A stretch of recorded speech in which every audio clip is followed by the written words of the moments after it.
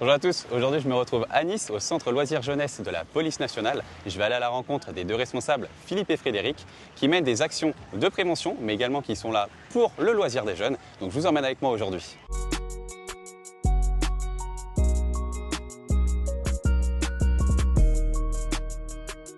Je suis affecté au CLJ de Nice depuis 2 ans. J'ai le rôle d'animateur et ensuite j'ai un rôle de policier formateur. Donc j'interviens dans tout ce qui est collège, lycée, association, dans les quartiers des Moulins, quartier de l'Ariane, pour tout ce qui est séance de prévention sur les drogues, les addictions, les dangers d'Internet, les réseaux sociaux. Je présente également les métiers dans la police pour les écoles primaires. Je vois qu'il y a des jeunes aujourd'hui, on va en profiter. On a un petit exercice qui nous attend, tu peux me le présenter?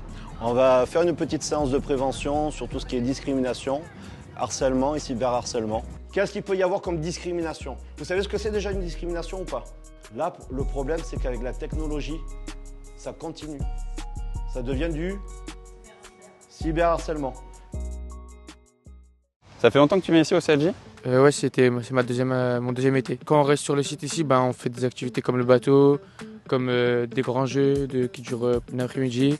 Moi, je pense que c'est bien justement de proposer des activités comme ça. Je passe des bons moments aussi avec eux, les animateurs et tout ça, donc c'est bien. Ils nous donnent beaucoup d'opportunités. Je suis le directeur du centre de loisirs de la police nationale de Nice depuis 1 an environ. Nous sommes là pour accueillir les enfants des différents quartiers de la ville de Nice, des quartiers défavorisés, ainsi que ceux des Alpes-Maritimes. Et même des fois, nous avons des enfants qui viennent en vacances chez leurs grands-parents et qui viennent de toute la France. Tout au long de l'année, nous sommes 3 fonctionnaires de police. Pendant les vacances d'été, nous employons des salariés BAFA.